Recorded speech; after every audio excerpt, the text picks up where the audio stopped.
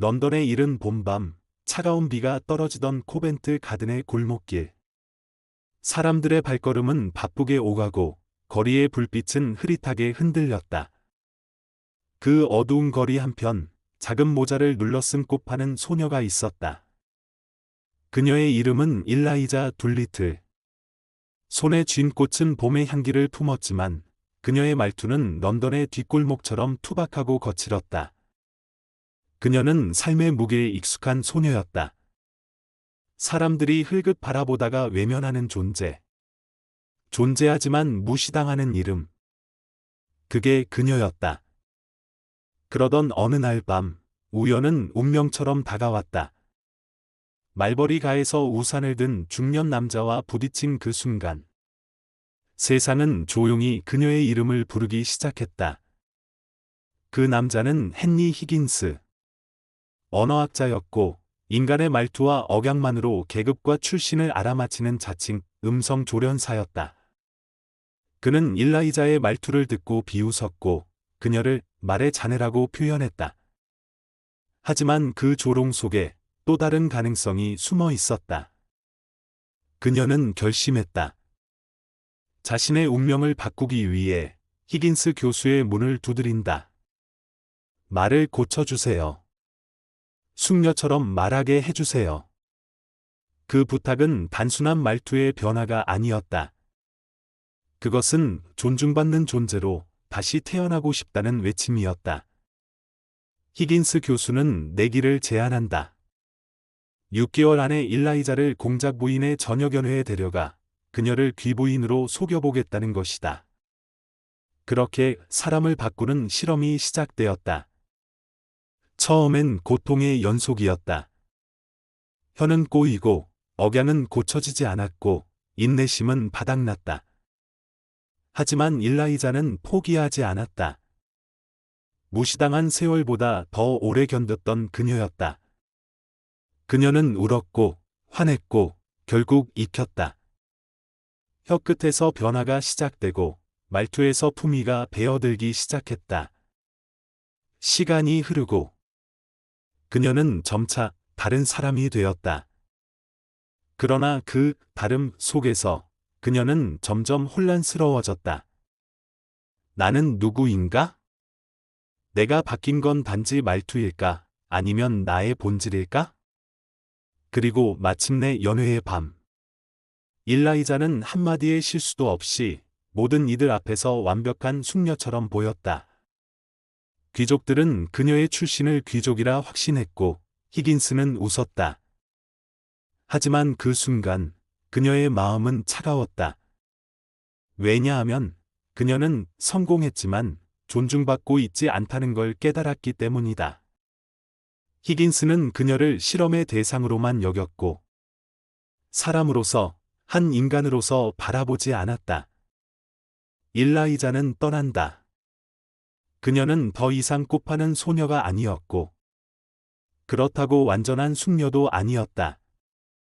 그녀는 이제 자신만의 목소리와 자존을 찾은 사람이었다.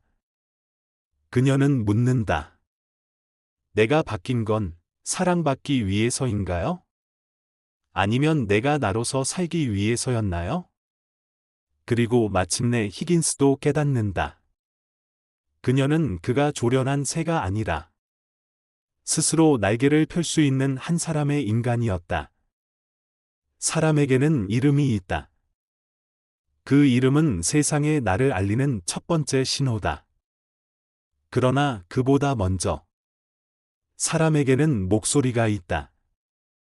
말투, 억양, 단어 선택, 그리고 말하는 태도. 그 모든 것이 한 사람의 삶을 말해준다. 그 사람의 배경, 상처, 자존, 살아온 환경. 심지어 그 사람이 자신을 얼마나 존중하는지도 목소리에서 느낄 수 있다. 마이 페어 레이디는 바로 이 별표 목소리의 힘 별표에 대한 이야기다.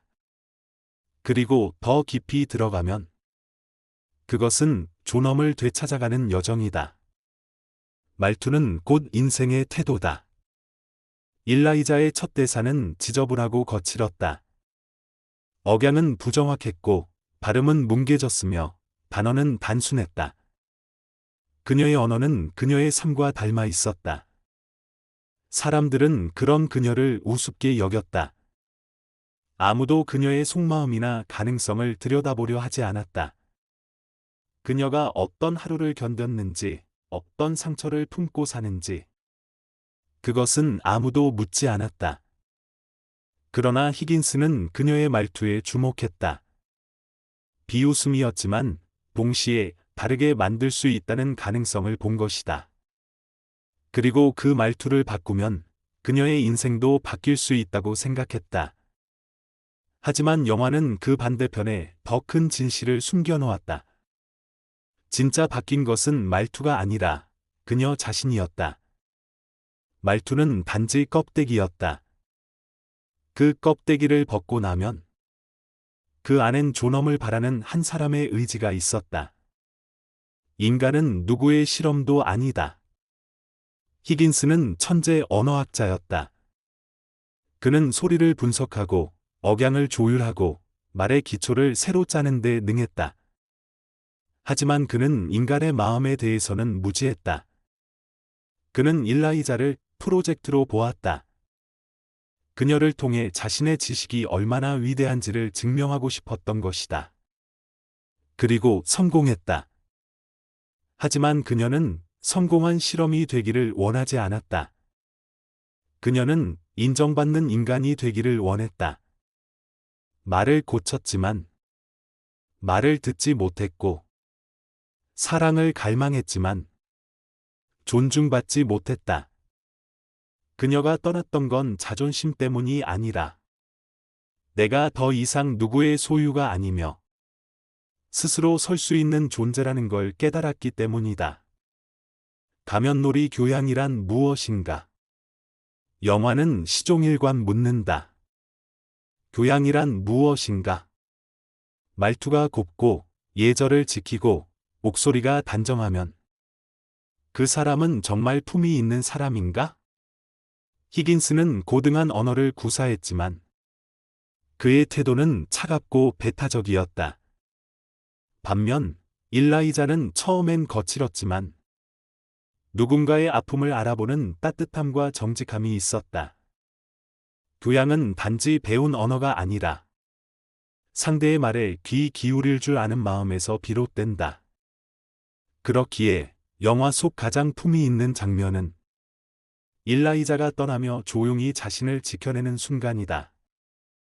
그녀는 외치지 않았다. 다만 자신의 말로 자신의 삶을 말할 줄 아는 사람이 되었을 뿐이다. 비둘기 지금 우리에게도 목소리가 필요하다. 이 영화는 지금 이 시대에도 유효하다. 우리는 여전히 누군가의 말투를 평가하고 그 사람의 직업, 학력, 억양으로 그의 가치를 판단한다. 하지만 마이 페어 레이디는 그 얕은 시선을 거부한다. 진짜 변화는 자기 내면의 언어를 바꾸는 것에서 시작된다고 말한다. 나는 괜찮은 사람이다. 내 목소리에는 의미가 있다. 나는 사랑받을 가치가 있다. 이런 말을 스스로에게 건넬 수 있을 때 우리는 더 이상 아무에게도 증명하지 않아도 된다. 일라이자가 마지막에 묻는 말은 사랑의 고백이 아니라 자존의 선언이었다. 당신은 나를 봤나요? 내가 바뀌었단 걸 아시나요? 아니, 내가 원래 이랬다는 걸 이제야 알았을 뿐이죠. 마무리하며 나이 들어 다시 듣는 내 목소리. 50대, 60대, 70대를 살아가는 우리도 언젠가 목소리를 잃었던 순간이 있다. 하고 싶은 말을 삼켰던 밤. 존중받지 못해 마음이 얼어붙었던 날들. 하지만 마이 페어 레이디는 말해준다. 지금이라도 괜찮다. 지금부터라도 내가 나에게 말할 수 있다면, 내 목소리를 다시 꺼낼 수 있다면 우리는 얼마든지 다시 시작할 수 있다. 그 시작은 결코 늦지 않았으며 지금 이 순간 우리도 별표 스스로의 목소리로